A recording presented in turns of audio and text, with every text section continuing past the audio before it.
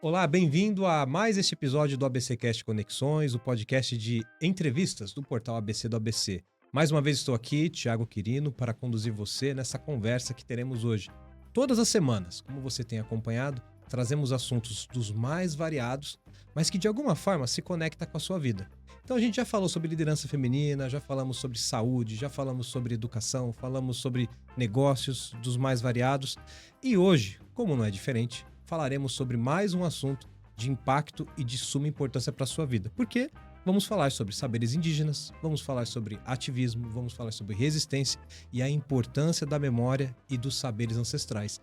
Então, vamos embarcar nessa história e para seguir, como a gente tem feito, já virou uma tradição aqui, eu convidei uma pessoa espetacular para dividir a mesa aqui, os microfones comigo, que é uma jornalista que entende muito deste assunto, deste e de vários outros, e é uma jornalista que eu sempre espelhei a minha carreira muito no que ela desempenhou na vida dela, né? E eu tô falando desta aqui, Valderez Coimbra. Muito obrigado por estar junto comigo aqui, Val. Caramba, com essas palavras, a gente combinou tudo antes, viu, gente? Eu queria agradecer imensamente aí pelo convite e a oportunidade de participar dessa conversa aqui com Silvia e com você. Gratidão a vocês por lembrarem de mim. E vai ser uma excelente conversa, porque a nossa convidada, a nossa entrevistada de hoje é a Silvia Guaianá Muiramomi, que é uma líder indígena, uma socióloga, uma terapeuta integrativa. E eu vou descobrir o que é isso hoje aqui junto com ela. E temos muitos assuntos a tratar. E assim, a Silvia hoje é uma liderança aqui no ABC e é um espelho, inclusive para fora do ABC. E a gente vai entender um pouco mais de como isso funciona. E até, Silvia, muito bem-vinda e vai ser um prazer poder conversar com você hoje aqui. Talvez até para a gente começar assim, fazendo um quebra-gelo rapidinho, vamos falar como que tem sido ser uma liderança indígena aqui no ABC. Porque a gente vê, o ABC, esse composto de 7 cidades, é um centro, é uma metrópole basicamente, né? E quando você fala de indígena, a primeira coisa que vem pra gente é a floresta, mas a gente tá numa floresta de concreto. Como é que funciona isso, Silvia? Nossa, obrigado pelo espaço, pela presença da Valderez aqui, que a gente tem muito apreço, muita admiração. E você trouxe vários questionamentos numa única questão, né? O que é ser uma liderança indígena? Para você ser uma liderança indígena, você não se impõe, você faz a luta, né? E aqui no ABC, essa luta começou em 2021, quando a gente se descobriu pertencente a um povo indígena nativo. Aqui a gente chama de território de Caaguaçu, mas são as 7 cidades do ABC Paulista, Alto Tietê, tudo isso faz parte do território de Caaguaçu. E a gente entendeu que nossa presença aqui não era vista, visibilizada, celebrada e não havia memória dela, né? Então, como a gente vem trazendo a memória da nossa ancestralidade, a gente começou a questionar isso. E o questionamento levou a vários enfrentamentos e a buscar esses espaços onde se precisa relembrar essa existência, essa memória, essa história, né? Espaços institucionais, espaços educacionais, espaços de saúde integral. Todos esses espaços ignoravam a presença dos povos indígenas, que não é só o povo Guaianá Muiramomi, são os povos que também vieram para cá em busca de um espaço de sobrevivência e de trabalho. Então, assim, respeitar essa diversidade é respeitar a história do próprio país. Sim, mas onde estavam? Você citou a data de 2021. Até 2021, onde o povo todo estava? Então, o movimento indígena ele se fortaleceu a partir de 1988. Com a Constituição, o Movimento Indígena Unido, e nós conseguimos os artigos lá que trouxeram a cidadania para todos os povos indígenas.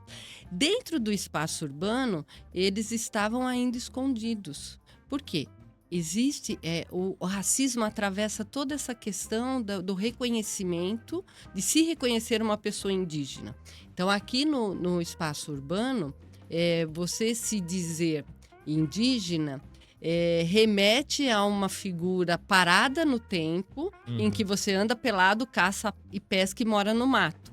Então, esse é a consciência coletiva do que é ser indígena. É um estereótipo. É um estereótipo. Isso. Então, todo mundo que é indígena e tem consciência disso, os pancararus, os pataxós, hoje os Guaianamu-Iramome e várias outras etnias aqui que estão presentes nas 7, são 3.031 pessoas indígenas presentes nas 7 cidades do ABC, quase uma aldeia urbana.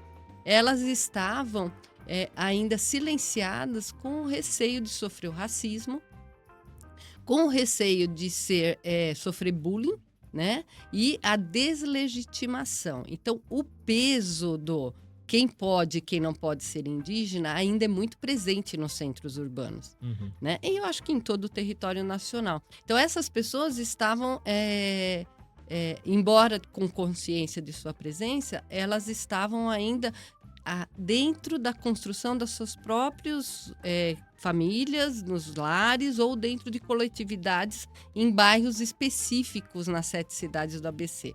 A partir do momento que a gente levanta essa voz, olha, tem indígena no ABC, olha, e com o avanço do censo do IBGE, que também trouxe, né? Ele revela um dado que estava escondido. Exatamente. Simplesmente porque ele mudou a metodologia. Ao invés de perguntar, você é indígena? Ele passou a perguntar, você se sente indígena? Você se considera indígena? E aí o peso da ancestralidade que vem caminhando dentro da gente se sente seguro para trazer esse pertencimento para fora. Então, são vários movimentos que o movimento indígena nacional e depois o nosso movimento aqui junto com o Iandé Vaeté, né, que é um movimento de indígenas urbanos, começou a engajar no território de Caguaçu, nas 7 cidades do ABC, visibilizando essa presença. E aí as pessoas começaram a ficar mais confortáveis para se mostrar e se declarar indígenas. Que legal. Val, é muito comum aqui no nosso programa, bem no comecinho, o jornalista convidado ficar um pouco acanhado de fazer pergunta. Então, você pode interromper a qualquer momento, porque senão eu vou falando sem parar aqui, tá? Então fica à vontade, a hora que você tiver qualquer pergunta, pode me interromper, inclusive, tá? Eu vou até aproveitar, então. Dentro desse contexto aí, né, se chama retomada, né, indígena, e principalmente com foco nos indígenas em contexto urbano. De que forma você vê que essa provocação para as pessoas, né, de se reconhecer como indígena, da forma como é abordado, da provocação de memórias, né? Conta um pouquinho sobre isso, como que as pessoas elas se sentem à vontade para falar, olha, eu tenho uma avó, eu tenho um avô, ou muitas vezes nem sabe qual é a sua etnia. Como é que você vê? Como é que é esse... A memória de pertencer a um povo indígena, ela é latente dentro da pessoa. Então, eu começo, são várias camadas, até que finalmente você consegue verbalizar, eu sou indígena. Então, não é um processo fácil e você tem que trabalhar isso internamente, ao mesmo tempo que você trabalha externamente. Então, por exemplo, na minha história pessoal, a minha avó contava que a primeira ferrovia de São Paulo, a São Paulo Highway, que é exatamente essa que corta o ABC, dividiu as terras das nossas gentes em dois territórios. Quando essa frase chegou para mim em 2019, eu resolvi fazer a pesquisa, né? Eu já estava engajada no movimento, né, social, e aí resolvi fazer a pesquisa do que significava isso. E aí descobri que o território é o ABC, então aqui tinha indígena. E aí você começa a questionar, né, por que nunca ninguém falou isso pra gente. E aí você começa a descobrir as histórias externas de como é que esse povo colaborou para que isso fosse o que é hoje, um centro tecnológico, industrial e, né, que acolhe diversos povos, né, que estão chegando.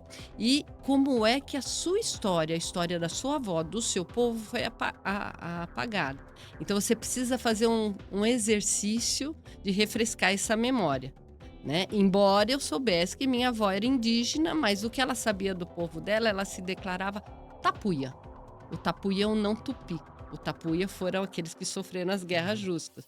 Então, aí você começa a entender historicamente que se o nosso povo sofreu as guerras justas, né, a violência da guerra justa, a única forma de você estar aqui hoje é que a sua avó silenciou esse pertencimento. Ainda mais numa tradição em que a história ela é oral, né? Ela não é uma história escrita. E aí se perde se a história não é contada. Exato. E aí você tem que lidar com a camada de entender a violência do avô português, que está dentro dessa construção também. Isso não é muito fácil. É uma dor, é um sofrimento de todo o clã. E aí você tem que trazer com coragem isso para fora, porque você tem que lidar que a história miscigenou. Então, se a Sílvia hoje é indígena, mas tem esse fenótipo europeu, não foi uma escolha das nossas ancestrais. Foi uma violência histórica. Exatamente. Forçada, né? E aí você precisa lidar com os olhares que estão olhando para você, ouvindo a sua história, mas olham para o seu fenótipo e falam, não, você jamais pode ser indígena. Então você tem que começar a lidar com várias camadas de violência. E aí existe um querido amigo meu, o José do Instituto ISAB, falou uma vez para mim, quando eu comecei a trilhar essa luta do movimento social, que quem não aparece não existe. E aí você começa a entender porque nas 7 cidades do ABC a afirmativa é não existem indígenas, porque a gente não tinha coragem de aparecer. Então a retomada é uma revolução interna que provoca uma revolução externa e que faz as pessoas entenderem a dinâmica da nossa própria história de território e de povo. Então, assim, é um movimento fortíssimo. E quando a gente depois começa a dar palestra e você começa a se afirmar indígena e começa a trazer essa memória, olha, minha avó fazia chá, minha avó ia... As pessoas choram, porque elas se reconhecem nessa história, porque elas também tiveram uma raiz indígena que ficou apagada, silenciada dentro dela. Então é um movimento que eu falo que é um movimento de jogar pedrinha no lago, né? Ela vai formar ondas que a pedrinha mesmo não sabe nem o movimento que a força do movimento dela. Mas essas águas vão fluir e vão trazer outras memórias. Isso vai fortalecendo cada vez mais. Então a retomada é um movimento profundo.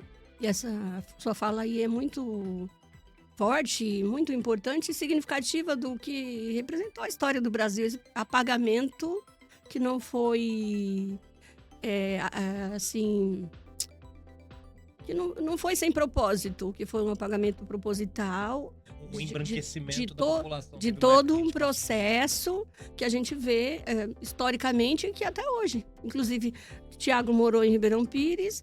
Não sei se você lembra que lá antigamente tinha lá na história da cidade e até no site da prefeitura, antigamente, referência a Caaguaçu. Depois, num certo período, tiraram. Eu um dia percebi, fiquei muito aborrecida. Falei, como vai tirar essa referência da cidade? Aí vem todo aquele discurso, né? Não tem base científica, não tem... são memórias da cidade e, com certeza, ali foi território indígena, né? Por que esse apagamento ainda nos dias de hoje? Na verdade, não foge tanto. Então, acho que o trabalho do Nyandê Vaeté e de todos os povos que fazem esse levantamento, esse questionamento, botam o dedo mesmo na cara da sociedade não indígena, de que precisa retomar essa memória. Que coisa é essa? A democracia racial, somos três povos, mas Só um aparece. O resto é apagado. Como assim, né? E eu até posso complementar aqui com uma outra pergunta, até para as duas mesmo, né? O nosso público que está nos ouvindo talvez comece a se surpreender com a importância do debate aqui, né? Sobre as raízes indígenas, a quantidade de indígenas que se declararam aqui na região do ABC. Mas aí me vem a pergunta, onde nós estamos, né? Onde a comunidade indígena está? Porque eu vou entender que a comunidade não é um grupo que está vivendo em uma tribo indígena no meio do mato, que é justamente o estereótipo que a gente estava conversando mais cedo, né? Mas são indivíduos que estão espalhados nas 7 cidades, que eles estão 100% integrados, estão saindo, estão pegando trem, estão indo trabalhar, né? Mas onde nós estamos? Se você conseguisse detalhar assim, dentro das 7 cidades, onde estamos lá? Então, aí eu vou precisar fazer vocês voltarem a 1500. Aham. Então, se você fizer uma visita no pátio do colégio lá e visitar aquela maquete que tem lá no pátio do colégio, você vai ver que o centro de São Paulo era a aldeia do nosso avô, do cacique Tibiriçá. E que aquilo que o europeu, que o estrangeiro chamou de aldeia, na verdade eram vários núcleos familiares, vários clãs espalhados por todo o território do Anhangabaú até o Tamanduateí. Né? Até me desculpe, eu usei o termo tribo, mas na verdade é aldeia. Me corrigi aqui. Assim, tribo, o movimento não aconselha mais usar, porque dá a entender que a gente não tinha organização social, sim. Hierárquica, política, e o que não é a realidade do que os próprios relatos jesuíticos contam a respeito das nossas vivências aqui. Então, como nós nos organizamos nas cidades hoje? Então, quando você vai dar palestra para uma escola municipal, principalmente nas periferias, e você pergunta, alguém aqui tem avô indígena? 10 crianças levantam a mão. Então você sabe que tem 10 crianças que se reconhecem como parte dessa ancestralidade. Aí você afina a pergunta, você fala, alguém aqui sabe de qual povo é o seu avô, a sua avó? 3 ou 4 sabem, praticam os costumes, as tradições, alguns até os pancararus, por exemplo, eles têm o hábito de visitar a aldeia uma vez por ano. Visitam a aldeia com os pais. Eles têm uma aldeia realmente assim, bem localizada. No estado deles. Em Pernambuco. Mas a professora e a escola, a comunidade escolar, nunca tinha se apercebido, se dado conta de que dentro da sala de aula, dentro da comunidade, existem pessoas indígenas. Então, nós estamos... o colonialismo, o neocolonialismo, ele ainda quer dizer que nós estamos assimilados pelo contexto urbano. Mas existe dentro dessa construção uma resistência que ainda persiste no núcleo familiar, que ainda está dentro do parentesco e da reunião dessas famílias. Hoje, como que a gente faz a retomada? Então, as aldeias indígenas na região do ABC, existem 4 em São Bernardo. E são do povo Guarani-Ambiá. Então, não são aldeias nativas, elas são aldeias de ocupação e retomada, sim, que a FUNAI e o Ministério Público reconhecem, e ali, mesmo sendo uma terra que não é tão fértil, não é a terra do sul que eles estão acostumados, eles conseguem reproduzir minimamente as suas culturas e tradições. Aldeias dos Guaianá-Muiramô não existe mais. A gente tinha Caguaçu Jeribatiba, que é ali na nascente do rio Jurubatuba, no Paranapiacaba, até aonde chega o Rio Pinheiros. A gente tinha Apuambuçu, que é toda aquela região de São Paulo. A gente tinha Ururaí, que é no Alto Tietê, que hoje eles se localizam como São Miguel, mas é muito mais extenso que esse. Emboí, Suzano, Mogi das Cruzes, Caguaçu, que é essa região de Ribeirão Pires, Mauá, Santo André, São Caetano, São Bernardo. Então, a gente tinha essas aldeias que hoje viraram cidades. E como que a gente consegue se reunir para retomar essas tradições, recontar, porque assim, ser indígena é a arte de contar a história do seu povo, a sua história de pertencimento e a sua história familiar. Então a gente tem que se reunir de alguma forma e recontar essas histórias entre os vários clãs, resgatar esses costumes, e isso hoje a gente consegue muito com eu digo que são aldeias, espaços virtuais, como o Yandé Vaeté. Grupos de WhatsApp, reuniões online, cada clã na data estipulada, né, que a gente estipulou o ritual do Ano Novo Indígena, que para o não indígena é a festa junina, né? Como festa ritualística dos Guaianá Muiramomi. Então a gente está retomando, faz dentro de cada clã. Então a gente retoma, inclusive, o costume de que ser indígena é dentro do seu próprio círculo familiar. E depois isso se amplia com as relações de parentesco e território, né? Então são como os pancararus. Os pancararus, eles têm o Real Parque, que é uma localização que eles conseguiram garantir a reunião de várias pessoas do povo pancararu. Mas o encontro, que é um encontro sagrado e espiritual, é feita na aldeia Brejo dos Padres, em Pernambuco, onde eles reavivam e reconectam essa ideia de coletividade de povo. É o que uma retomada tenta fazer assim também. Então, onde nós estamos? Nós estamos dentro do nosso território, porque a gente diz que o corpo é território. Sim. Mas espalhados e vivendo a dinâmica da cidade. Porque dentro da sociologia, toda cultura e sociedade é dinâmica e vai reaprendendo, reabsorvendo, sem esquecer quem se é. Sim. E você dá um gancho importante agora, Silvia. Se reconhecer indígena, e aí eu vou até pedir que vocês tenham a liberdade de me corrigir. Eu sou casado com uma geógrafa e professora de geografia que o tempo todo ela fala assim: o jornalista, tá na hora de você se atualizar nessa informação aí, né? Vai estudar mais, né? Pra você não errar. Mas assim, eu entendo que a pessoa, ao se reconhecer indígena, ela atrai sobre si uma responsabilidade muito grande, que é a responsabilidade ancestral, dos deveres ancestrais que a comunidade indígena sempre teve.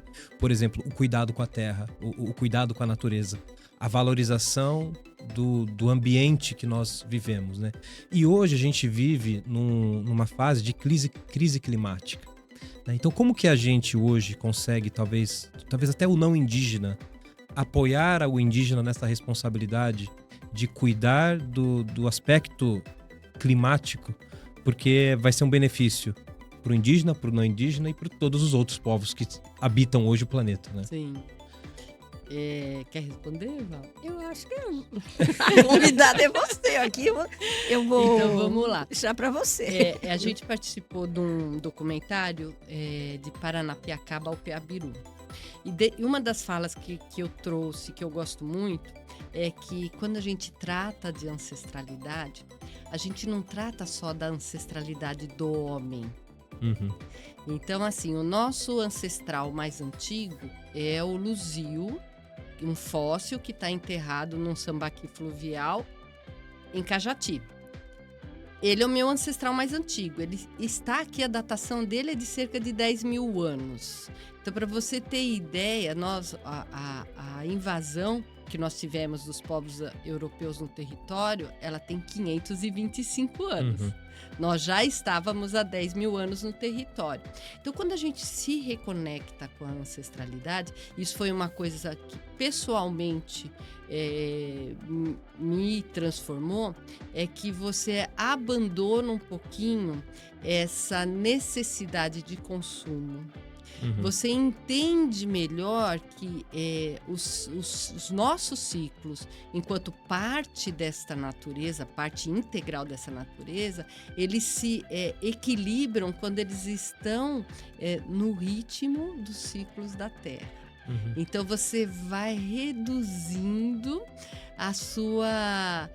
o seu movimento de vida, você vai observando mais, você vai respirando com mais tranquilidade, você vai percebendo e se percebendo como também um organismo de ciclos. né?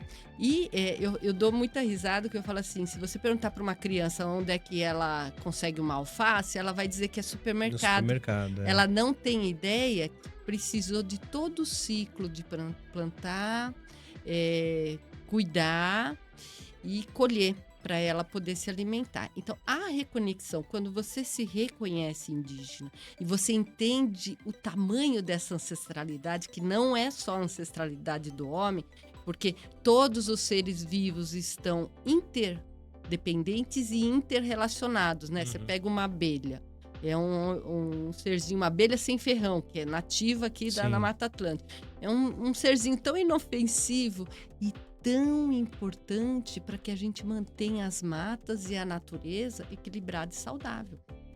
Né? Então, quando você começa a se dar conta dessas relações e inter-relações, você começa a mudar a sua relação com o seu entorno, com a natureza, com as crianças, com o que é importante você trazer para elas, né? A educação financeira é muito importante, mas se continuar nesse ritmo da emergência climática e a gente avançar ao ponto de não retorno, ela não vai ter como sobreviver. A natureza, a importância da natureza precede a importância dos ciclos econômicos. Só que quando você leva a história para as escolas, né? E a Carolina deve saber disso. Você leva a partir dos ciclos econômicos. E aí você já desconectou a criança do que é importante, dos ciclos da terra, das chuvas, das águas, da semente. Na escola a gente aprende o ciclo do café, da borracha, né? Da estrada de ferro. Aproveitando essa sua fala e o exemplo da alface, vim aproveitar para perguntar, né, para que você comente sobre essa questão, né, da produção de alimentos, por exemplo, que esses modelos que a gente tem, né, principalmente voltado ao agronegócio, não funciona para a maioria das pessoas, pelo contrário, é destrutivo, leva à degradação, é um dos grandes fatores que está levando a essa crise, essa emergência climática, né? Como é que você vê essa questão da produção de alimento, desses modelos de, por exemplo, agroflorestal, que na verdade tem origem lá nos povos originários? Comenta um pouquinho sobre isso. Então, eu como representante do ABC, pelo município de Mauá, eu estive presente na 5ª Conferência do Meio Ambiente, né? Primeiro que a gente não gosta desse nome, meio ambiente. Meio ambiente é um nome que diz respeito à necessidade do homem. E quando a gente olha para a natureza, a gente sabe que ela é maior e ela é mais abrangente do que só as nossas necessidades de alimentação, né? E lá na Conferência do Meio Ambiente, o que eles apresentaram foi as alternativas de energia limpa, energia solar. As alternativas de combustível, o etanol. E tudo isso a gente sabe que leva à monocultura, à mineração. Então, assim, de fundo ainda existe uma necessidade de exploração dos recursos, das riquezas da Mãe Terra, como se eles fossem inesgotáveis, né? E aí a emergência climática é a Terra, né? Então, vamos voltar aqui, ó. Vamos fazer uma pequena economia nesse raciocínio. Quando a gente não quer parar, que a gente está trabalhando muito, e aí vem uma gripe e te joga na cama, você lembra que sem o cuidado de si e do seu corpo, você não vai conseguir produzir. Então, existe uma cultura da high performance. Então, assim, todo mundo tem que produzir muito, o tempo todo, tem que ser lucrativo, E aí você volta lá atrás e lembra que também a imposição do trabalho para os povos indígenas aqui no território, a partir de 1554, no nosso território, é uma violência. A gente não trabalhava dessa forma. A gente não tinha essa necessidade de acumulação. Era o todo dia. Então, você tem consciência dos ritmos de plantar e de colher, e você trabalha em cima desses ciclos e dessas alternativas. Então, todo o sistema produtivo hoje é uma violência. Por exemplo, a natureza não deixa resíduo de nada. Então, tudo que morre na natureza, tudo que deixa de ser vivo, ele é reaproveitado em outras matérias, em outros organismos vivos, desde uma pequena bactéria até uma grande floresta. O planeta se recicla, né? Isso. E todos os nossos modos de produção acumulam resíduos. Essa questão aí do trabalho e o pior, assim, que na visão eurocêntrica que acabou sendo dominante aí por conta do capitalismo, aí vai passar a ideia de que são pessoas preguiçosas, né? Porque não querem entrar naquele ritmo de trabalho forçado que é voltado para o lucro, não para as pessoas, né? Em relação a isso, nós demos muito trabalho para o colonizador. Que bom. Porque eles até passaram fome aqui no território quando eles chegaram, porque a gente só trazia para trocar com eles alimentação, a farinha de peixe, o mel, as caças, quando sobrava para gente. E, em geral, a gente não trabalha para a sobra, para o lucro, né?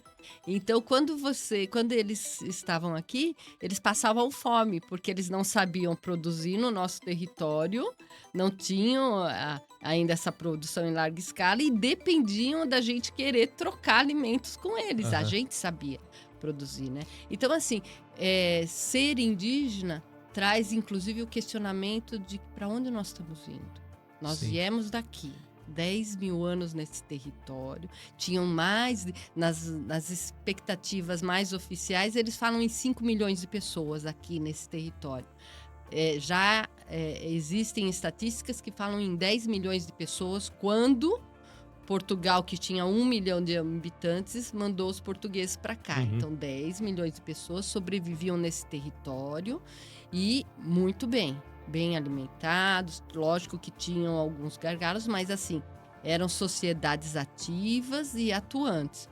Então, como a gente consegue retornar para este ponto onde a gente consegue trabalhar a favor do ciclo da Terra, para não chegar a destruir, né? Eu falo que o capitalismo é autofágico, ele come quem alimenta ele. Exatamente. Vai chegar uma hora que ele não vai conseguir mais se alimentar. E aí, para onde nós vamos? Para a Lua? Para Marte? Mas é bem o caso para a maioria da população, né? Esse modelo representa fome para milhares de pessoas, inclusive num país que é um dos maiores produtores mundiais de alimento.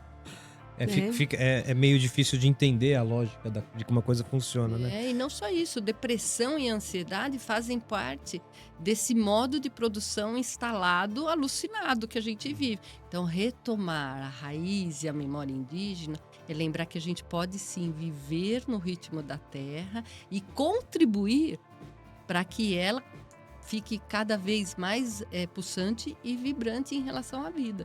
Perfeito, Silvia. Antes da gente seguir para um intervalo que precisamos fazer, queria fazer uma última pergunta para fecharmos esse bloco de perguntas sobre a Oca dos Saberes. Né? Pode explicar para a gente como funciona esse projeto, como funciona a memória indígena ligada à Oca dos Saberes? Então, quando o Yandé Vaeté começou o movimento, a gente teve aqui, principalmente no município de Santo André, no aniversário da cidade, várias homenagens a João Ramalho. E o questionamento era, por que não se homenageia Mbici Bartira? Né, que é nossa tia-avó, e estava no território, e foi a raiz que conseguiu acolher João Ramalho, José de Anchieta, para que tudo isso pudesse acontecer. Silêncio. Quando a gente vai na escola e a gente começa a palestra, a gente pergunta assim, vocês sabem quem é Tibiriçá? Os professores não sabem. As crianças não sabem. Aí você retoma a pergunta. Vocês sabem quem é José de Anchieta? Ah, claro, José de Anchieta todo mundo conhece. Aí eu dou o checkmate, né? Eu falo assim, você sabia que José de Anchieta não teria sobrevivido se o nosso avô, o grande cacique Tibiriçá, não tivesse acolhido ele na sua aldeia? Então, este silêncio sobre a real história do que aconteceu nesse território, e uma das metas do Yandé Vaeté é que a história do território ela precede a luta nacional. Então não adianta a gente se engajar completamente na luta da Amazônia, na luta de Rondônia, na luta dos Guarani, se a própria história, a nossa história, não está sendo lembrada e celebrada. Então, fortalecer a nossa história de território, de povo e de povos indígenas migrantes dentro do território do ABC é condição para que toda essa sociedade de São Paulo entenda a luta da Amazônia, entenda a luta do Rondônia, dos Guarani, de indígenas que têm os seus direitos humanos violentados diariamente. Então, assim, primeiro dentro do nosso território. E a Oca de Saberes veio em resposta a isso. Quer dizer, se a história não está sendo contada por nenhuma versão oficial, então nós, que somos povos indígenas, nativos e imigrantes, temos que contar a nossa história.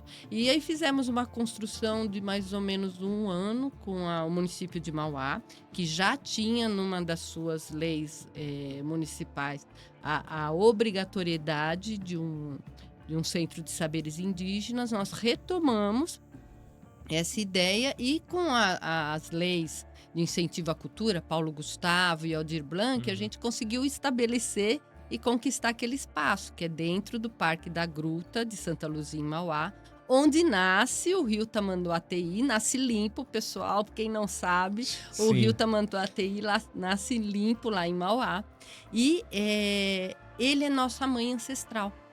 O Tamanduateí, os Guaianá viviam da margem do Tamanduateí até São Vicente, todo esse território era Guaianá. Os Muiramomi viviam da outra margem ali do Alto Tietê até Bertioga. Então o nosso povo, a nossa sociedade aqui em São Paulo, nasceu a partir dessa mãe ancestral que é o rio Tamanduateí, que pra gente é uma entidade que traz vida.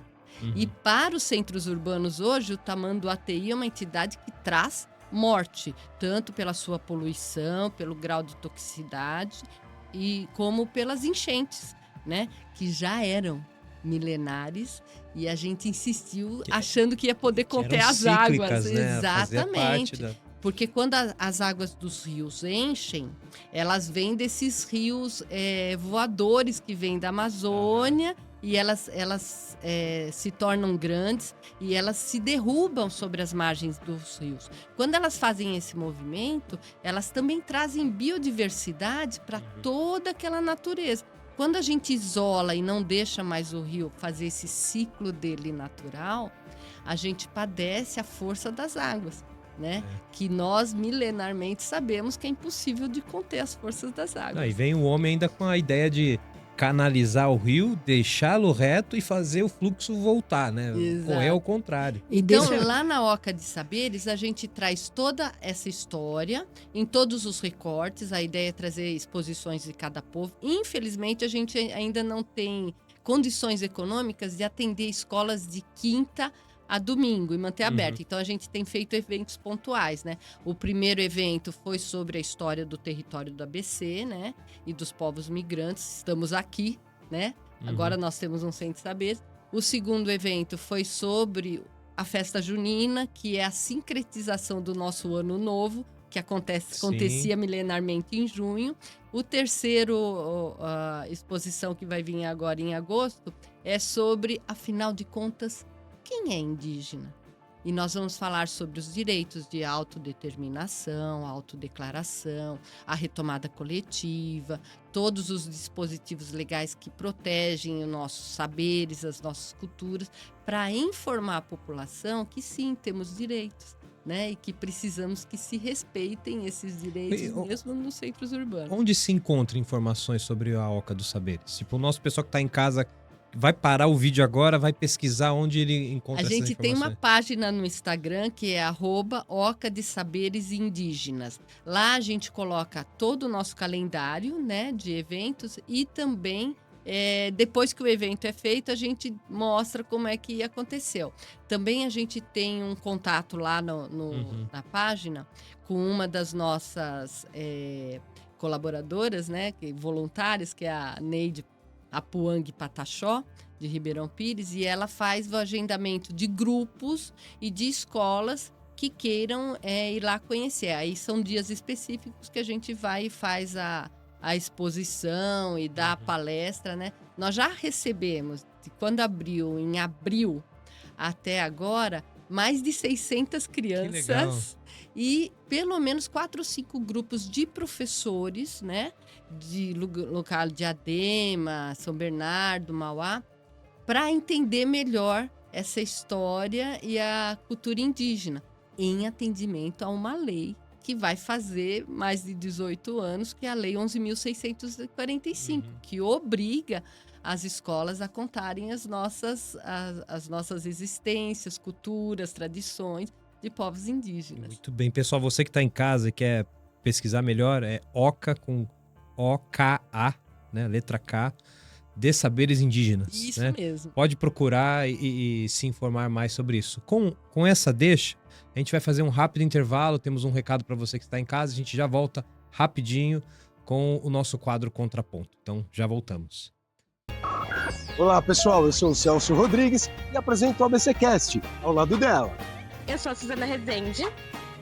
E hoje a gente está aqui para te fazer um convite muito especial. Um compilado de notícias diário vai ao ar de segunda a sexta-feira com as principais notícias do ABC, da região metropolitana de São Paulo, da capital paulista, do Brasil e do mundo. E a gente está disponível em todas as plataformas. É no Deezer, no Amazon Music, no YouTube, no Spotify, onde você preferir. É só nos encontrar e dar play. Então, se você perdeu aquela notícia importante que para você tem relevância, ela está aqui no ABCcast. E siga-nos nas redes sociais, @ABC_oficial. Te esperamos lá. Obrigado, pessoal, por ter nos acompanhado aqui nesse rápido intervalo. Como eu falei, vamos agora para o quadro Contraponto. Contraponto. E vou passar o tempo aqui para Valderez, que a gente não fez, embora eu roteirizei esse episódio, esse é o momento em que eu dou o tempo para a jornalista convidada poder fazer a pergunta que quiser sem roteiro. Então é com você, Val. Vamos... Na verdade, assim, a Silvia já abordou muito sobre a visão dos povos indígenas. Estão falando de uma maneira geral, embora ela tenha o povo específico dela, né? Mas eu queria voltar para uma visão mais multiétnica, que ela tem muito essa visão, que eu acho que é algo que eu acho muito importante no grupo Nhandê Vaeté, né? De valorização de todos os povos. E aí eu queria que você comentasse um pouco, no que der para resumir, porque eu sei é muito vasto, são 305 nações indígenas no Brasil, né? Com quase 180 línguas diferentes. Mas, assim, como é que você resume, no que for possível, né? Numa coisa,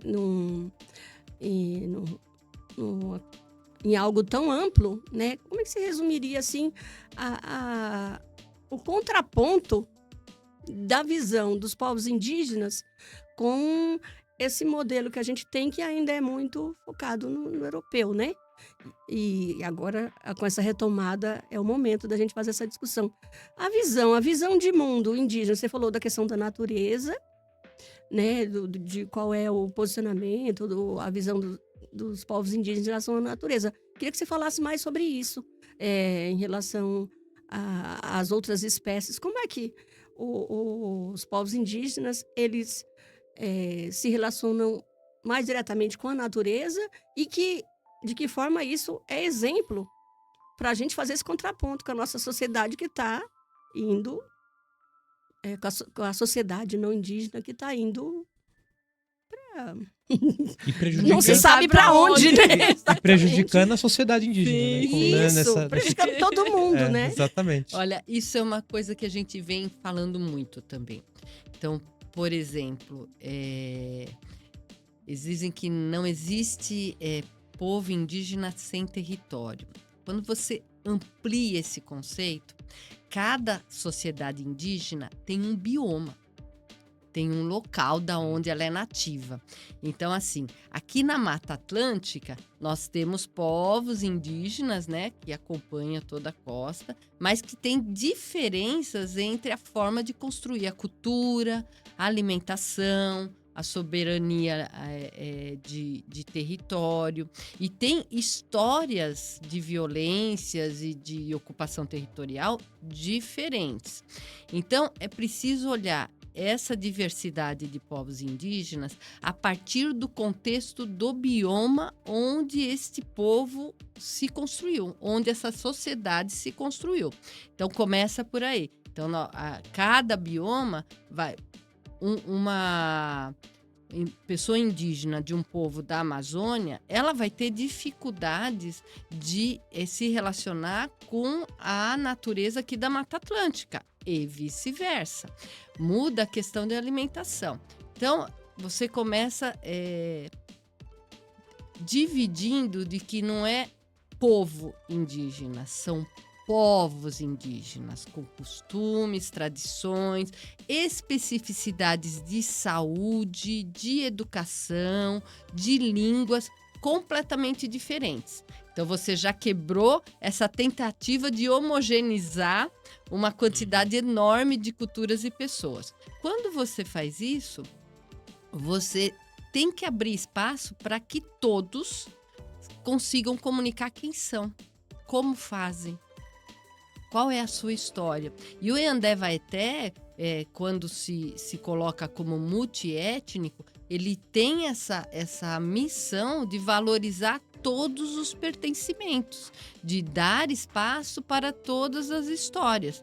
De que maneira? Trazendo essas pessoas, fortalecendo elas nos seus pertencimentos, para que elas passem a ter coragem de contar quem são, como são seus povos, quais são os seus costumes. E, inclusive, uma das nossas lutas é que cada um desses povos que estão no ABC tem um espaço coletivo e público de praticar suas tradições, costumes e festas e rituais. Nós não temos, nós fomos retirados da cidade, né? Então, assim, se não existe aldeia, não tem lugar, mas a gente sabe que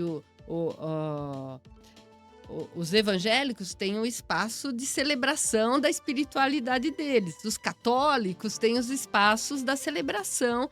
Os umbandistas também têm. Cadê os povos indígenas? Nós não temos religião, nós temos várias espiritualidades. Onde nós estamos fortalecendo essa vivência, né? Que vem da mata, que vem da natureza, que vem da forma como cada povo indígena se relaciona com esse bioma onde construiu a sua ideia de povo e de sociedade. Então, assim, é uma luta. Eu falo que a gente não vai conseguir enfrentar a colonização e o deslocamento que fizeram da gente cultural, espiritual e mental em 2 anos, em 5 anos. Porque foram 5 séculos tentando convencer a gente de que a gente não existia. Agora a gente vai precisar de pelo menos 5 séculos para convencer de que existimos sim e temos soluções para essa sociedade que está indo para um caminho sem volta, né? Então, você vê, parece que não, mas a briga entre Gaza e Israel é uma briga étnica. Eles estão cometendo ali um etnogenocídio em pleno 2025, sim, onde haveriam de respeitar os direitos humanos e os direitos dos povos indígenas e tribais. Então, assim, é uma guerra que ainda... O Ailton Krenak fala muito isso, né? Nós ainda estamos em guerra, né? Então, não adianta eu falar, é o meu povo que é aqui do ABC. Não, somos todas as vozes juntos que temos que trazer essa consciência da diversidade e de outras possibilidades de mundo. Há um entendimento até da ONU de que os povos originários são os guardiões das florestas. Como fazer isso numa sociedade em que nem sequer as terras indígenas são demarcadas? A gente tem feito muito isso nas palestras com as crianças, né? Porque para os povos indígenas, o grande tesouro que eles guardam são as crianças, que é a garantia da continuidade daquele povo, daquela sociedade. E a gente tem que olhar para as crianças dessa forma também, né? Então, quando a gente vai na escola, a gente faz toda essa sensibilização do que é ser indígena e como a gente protege, a gente guarda a natureza, porque nós somos a natureza. E aí, no final da palestra, a gente faz eles levantarem e a gente torna cada um deles guardião da natureza. Né? Isso pode ser uma sementinha, mas vai ficar ali naquela consciência de que eu também preciso proteger. Então, antes dele querer ser um médico, um dentista, um engenheiro, um advogado, ele já é um guardião da natureza. Uma tarefa para a sociedade. É uma tarefa para a sociedade, é uma tarefa de educação, né? A nossa sociedade indígena são os anciões que ensinam as crianças, né? Até isso nós perdemos. Os nossos anciões hoje não são valorizados, né? O etarismo está aí. Então, assim, tem que reverter muito dos conceitos de alta performance que foram colocadas para a gente voltar para outras possibilidades de mundo mais saudáveis, menos corridas e mais compreensivas com outras maneiras de viver. Muito bem. O tempo voa, viu? Então a gente tem que cortar e controlar aqui. Deixa eu chamar um bloco rápido mesmo. Fora da zona. Para a gente poder sair um pouco da discussão a respeito da tradição indígena e ir mais para o lado pessoal da Silvia, né? A gente falou, na hora da apresentação, eu falei que você também trabalha com terapia integralista. Integrativa. Terapia integrativa. Explica pra gente como funciona isso, Silvia, para esclarecer essa grande dúvida aqui, né? Bom, isso faz parte do se reconhecer indígena. Então, assim, se você pegar a educação indígena nas aldeias, você não ensina matemática, depois geografia, depois ciência, depois a língua. Você ensina tudo isso contando uma história. Por quê? Porque é integral. Quando você vai trabalhar, você está vendo o seu trabalho, né, de cultivo, e se você está vendo todo o ciclo da natureza. Então, não é focado só no seu trabalho. Ele está ampliando a visão integral. Quando você vai tratar uma pessoa, você precisa olhar ela integralmente, inteira. E isso os povos indígenas ensinam. Então, toda doença começa dentro do espírito, a gente chama de panema. Então, você precisa entender a dor daquele espírito, você precisa compreender como aquele organismo integral está trazendo essa dor para fora, que pode ser uma fibromialgia, pode ser um cálculo renal, pode ser uma dor que nenhum ortopedista cura, de tornozelo, de joelho. E aí você entende onde está o bloqueio dessa pessoa e vai desatando os nozinhos aos poucos para que ele consiga integralizar e fazer com que mente, espírito e corpo trabalhem conscientemente e conjuntamente. Então, toda vez que você pega um adoecimento que a medicina alopática não consegue curar, você tem que procurar as causas espirituais, emocionais daquela doença e tratar ela. E aí a gente faz como? Com a acupuntura, que é uma medicina tradicional chinesa, com ervas, com a fitoterapia, com muita conversa, né? Então, os nossos pajés escutavam, né? Antes de propor uma erva, uma cura, um benzimento, eles ouviam o que estava acontecendo. Hoje, as consultas nos postos de saúde e nos hospitais duram 15 minutos. O que você consegue entender daquele corpo, daquele sistema integral que está adoecendo? O raciocínio é você identificar um sintoma que possa ser suprido com um químico, né? E você só receita o químico e acabou, né? Então, a gente trabalha com analgesia, né? E com a cura daquela patologia específica. Só que muitas das medicações que curam aquela patologia, elas vão impactar outros sistemas daquele organismo e a pessoa vai adoecer, vai carregar esse adoecimento, essas outras patologias, porque eu já ouvi isso de um médico. Eu estou aqui para resolver o problema do diabetes. Mas está dando problema. Isso não é comigo, vai procurar outro especialista. Então, é tudo fragmentado. E quando você fragmenta, você perde a opção de curar o todo. É o que está acontecendo com a Terra hoje. Muito bem. Pelo Ed Verdade. O Silvio, durante a nossa conversa, o nosso produtor aqui, o Ed, ele ficou atento assim a cada coisa. E ele faz uma conferência dos dados do que são tratados. E nesse momento a gente se pergunta assim, recebemos o selo Ed Verdade? Foi de verdade essa conversa, Ed? Eu estava esperando muito Vou esse ficar momento. nervosa agora, hein? Olá, Silvia, nós já gravamos uma quantidade considerável de episódios aqui hoje. E às vezes eu acho que as pessoas até se confundem quando chega nessa parte. Parece que eu estou validando o entrevistado e não a entrevista em si. Porque a gente vai atrás de dados, a gente faz isso com muita responsabilidade.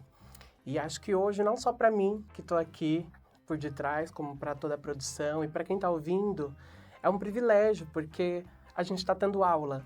A gente está tendo uma aula que eu acredito que quase ninguém teve quando a gente fala de ensino público e acredito que até privado também. Então, por isso tudo, obviamente, o selo Ed Verdade está garantido. E eu quero mencionar aqui um dado que você trouxe sobre 3.031 pessoas se reconhecendo como indígena no ABC. Quando a gente fala do Brasil, né, segundo o último censo do IBGE, esse número chega a quase 1.700.000 pessoas. E eles escancaram uma realidade que é muito negada pelas pessoas, né? Que a presença dos indígenas ela é real e ela é urbana também. Então, exatamente por isso, eu gostaria de te questionar, Silvia. Você sente que aqui no ABC, os povos indígenas, eles ainda são lembrados só em abril, no chamado mês dos povos originários? Isso de fato, ainda é uma cultura dos centros urbanos, Ed. De lembrar que a gente existe só em abril. E aí, essa educação que trata a gente como uma questão pontual, ela nos prejudica muitíssimo. Por quê? Porque quando você tem uma origem, uma ancestralidade indígena, assim como a ancestralidade negra, você tem especificidades de saúde que ninguém pergunta para você. Você é indígena? Você tem mais problema de pressão alta, de hipertensão, você tem mais problemas de cardíacos. Você tem uma ancestralidade, porque isso está no sangue, está no nosso DNA. E também não colabora porque, assim, existe a questão da educação antirracista. Quando você trata a gente como se a gente fosse uma questão pontual e que povos indígenas só existem na Amazônia e dentro dos territórios, você perde a oportunidade de produzir um espaço para educação antirracista, para o letramento racial em relação aos povos indígenas. E é uma perda que as próximas gerações vão se ressentir. Eu costumo trazer na palestra que, quando eu tinha uns 7, 8 anos, foi se comemorar no dia 19 de abril, a professora estava lá. Ainda se falava sobre Tibiriçá na educação, né? E eu, muito tímida, levantei da minha carteira, fui até a professora que estava escrevendo na lousa e falei assim: professora, bem baixinho, a minha avó é indígena. Aí ela parou de escrever, olhou para mim e falou: tá bom, vai sentar agora. Foi tudo que eu pude falar. Então, assim, mudar essa dinâmica de estamos aqui, precisamos de políticas públicas, temos o direito de uma educação, porque essa lei 11.645 foi proposta pelos professores indígenas, porque as crianças indígenas, a partir de uma idade, elas precisam frequentar a escola dentro da cidade, a escola formal, para terminar os ciclos. E elas apanham até hoje. E elas têm problemas porque dificuldade do professor não entender a língua, elas têm crianças em volta que não gostam de sentar perto, elas têm dificuldade na alimentação porque não comem ultraprocessado. Então, os professores indígenas reivindicaram porque para entender as crianças indígenas que vivem em território, você precisa desse letramento racial. Então, é sim uma reivindicação nossa dentro das secretarias dos 7 municípios, que passe a ser uma transversalidade de linha e não um momento pontual no dia 19 de abril, que a gente nem gosta, a gente prefere o dia 9 de agosto, que foi um dia instituído pelas nações indígenas na ONU, né? Então, dia 9 de agosto é mais representativo. Entrevista Reversa. Muito bom.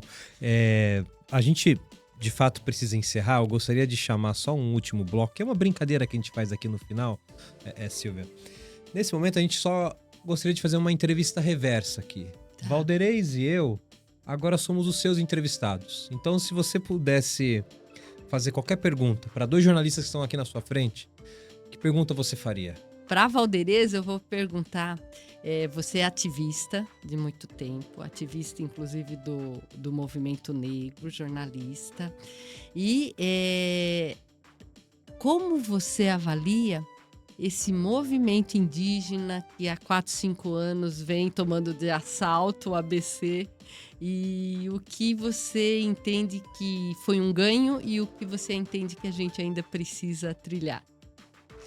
Gente, como eu avalio, acho fantástico, porque traz toda essa provocação e esse resgate histórico. Não sei se o termo resgate é bom, mas enfim, toda essa reflexão, né, histórica sobre a importância dos povos indígenas, né, num momento crucial.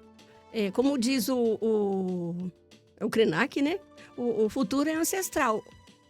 O mundo, o Brasil e o mundo vai ter que repensar sua forma de vida, porque esse modelo não funciona. E, para mim, toda essa discussão ela é fundamental nesse sentido. Porque, como até foi comentado antes, essa questão de ser guardiões, ou seja, primeiro, como você falou, ser algo atribuído só aos povos das florestas, mas quando é uma tarefa de todos, também a forma de repensar essas formas de vida. Esse modelo não se sustenta, não vai ter planeta daqui a algum tempo.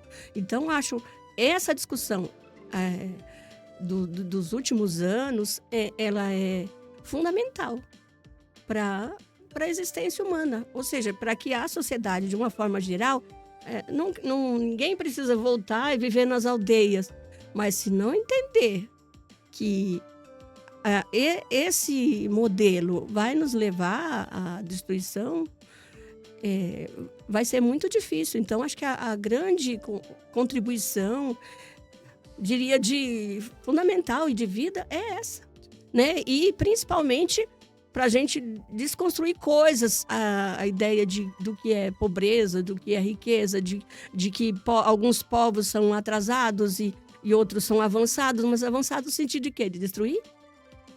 Né? E eu, na escola, por exemplo, a discussão sobre tecnologia, e muito voltada apenas à questão digital, primeiro. Mesmo no marco, se a gente for pensar mais capitalista, eurocêntrico, tecnologia é muito mais amplo que isso.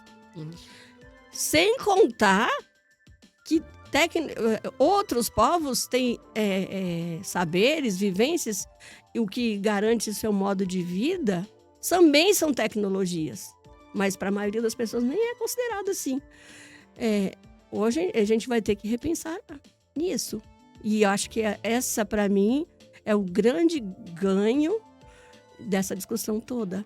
Né? De não só uma justiça histórica com esses povos, que eu acho que ela é fundamental. Como eu disse lá no começo, como assim, gente?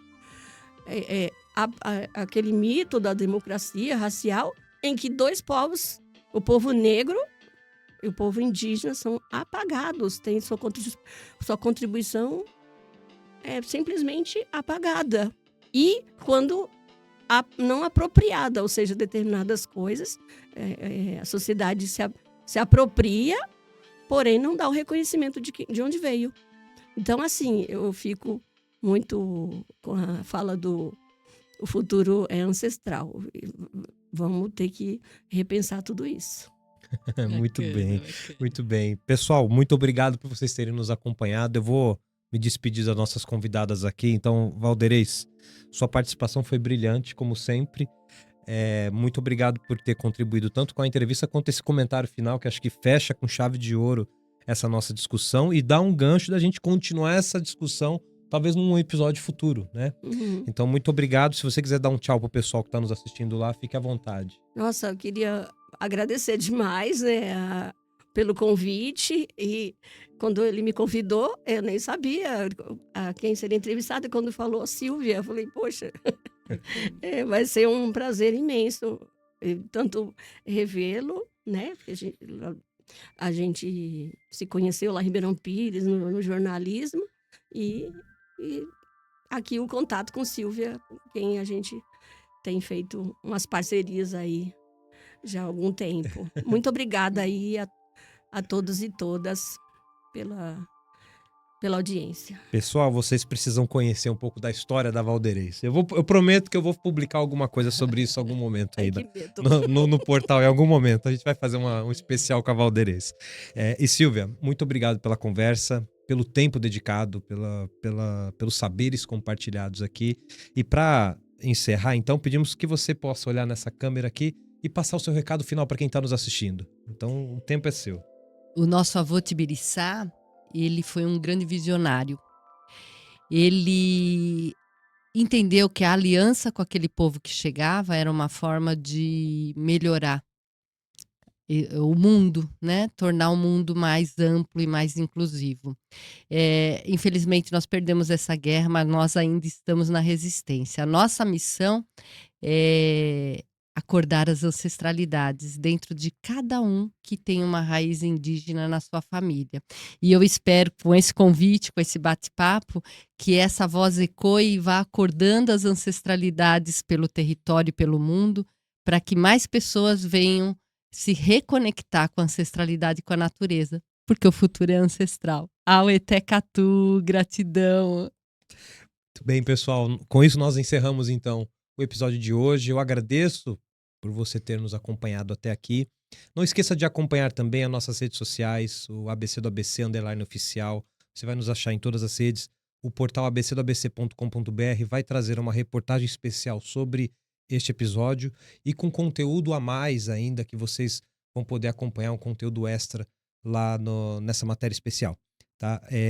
Se você hoje tem interesse em sugerir pautas, em conversar com a gente, em enviar perguntas para os nossos convidados que talvez não foram esclarecidas durante esse curto período que tivemos aqui, pode nos contatar. É contato@abcdoabc.com.br, manda um e-mail para nós e nós vamos ter o prazer de poder juntar essas respostas e enviar para você.